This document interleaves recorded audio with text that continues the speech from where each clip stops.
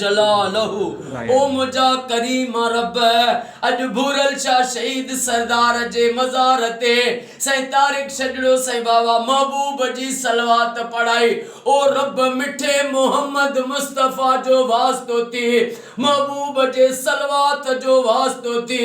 इमाम हसन मीर हुसैन जो वास्तो थी तारिक छड़ो साईं बाबा साईं जो अजो को खैर अजो को न्याज अजो की गुलामी पंजी बारगाह में खैर उहद जबल जे नो लिखन कबूल फरमा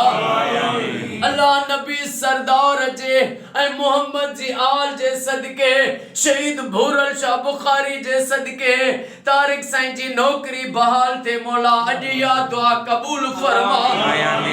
रब तो के वास्तो वा इमाम हुसैन जी नंढड़ी न्याणी अम्मा मासूम बीबी सकीना जो वास्तो थे तारिक साईं छड़ो जा दुख लाह साईं जो कुल परेशानियों दूर करे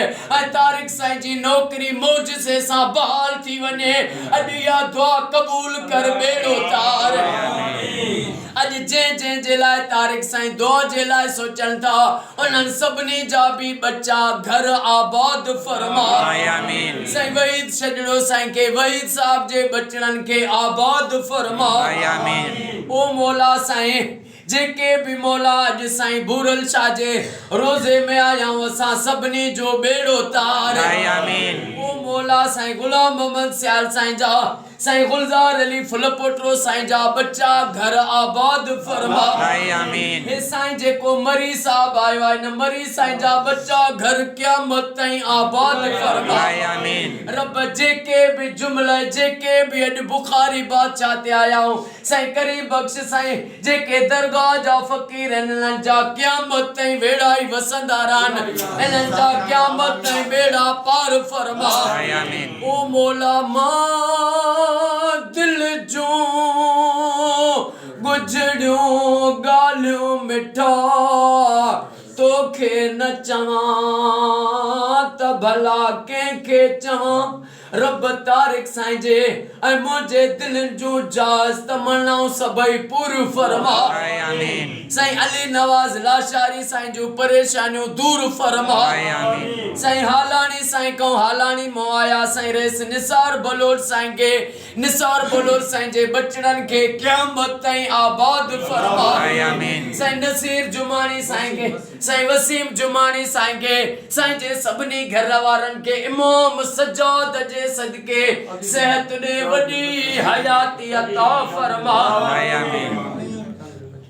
ओ मौला अली रजा चांडो जे बचन ते जेको बेगुनाह कैदा उनके कैदमो रिहाई अता फरमा आमीन जेके बीमार आहिन उनन के शफा अता फरमा आमीन बे औलादन के औलाद अता फरमा आमीन बेरोजगारन के रोजी अता फरमा आमीन डॉक्टर रिजवान सोलंकी साईं के डॉक्टर रिजवान साईं जे बचड़न के क़यामत ताईं आबाद फरमा आमीन ओ मौला तारिक साईं साईं सरदार साहब जे को इन ताहिर इम्तियाज साईं फुलपोटरो साईं के उनजे बचड़न के क़यामत ताईं आबाद फरमा आमीन जुमले असा सबनी जो बेड़ो तार आमीन इन्नल्लाह व मलाइकतहु युसल्लूना अलल नबी या अय्युहल्लज़ीना आमनू सल्लु अलैहि वसल्लिमु तस्लीमा अल्लाहुम्मा सल्लि अला मुहम्मद व आले मुहम्मद ला इलाहा इल्लल्लाह मुहम्मदुर रसूलुल्लाह नारे हैदरी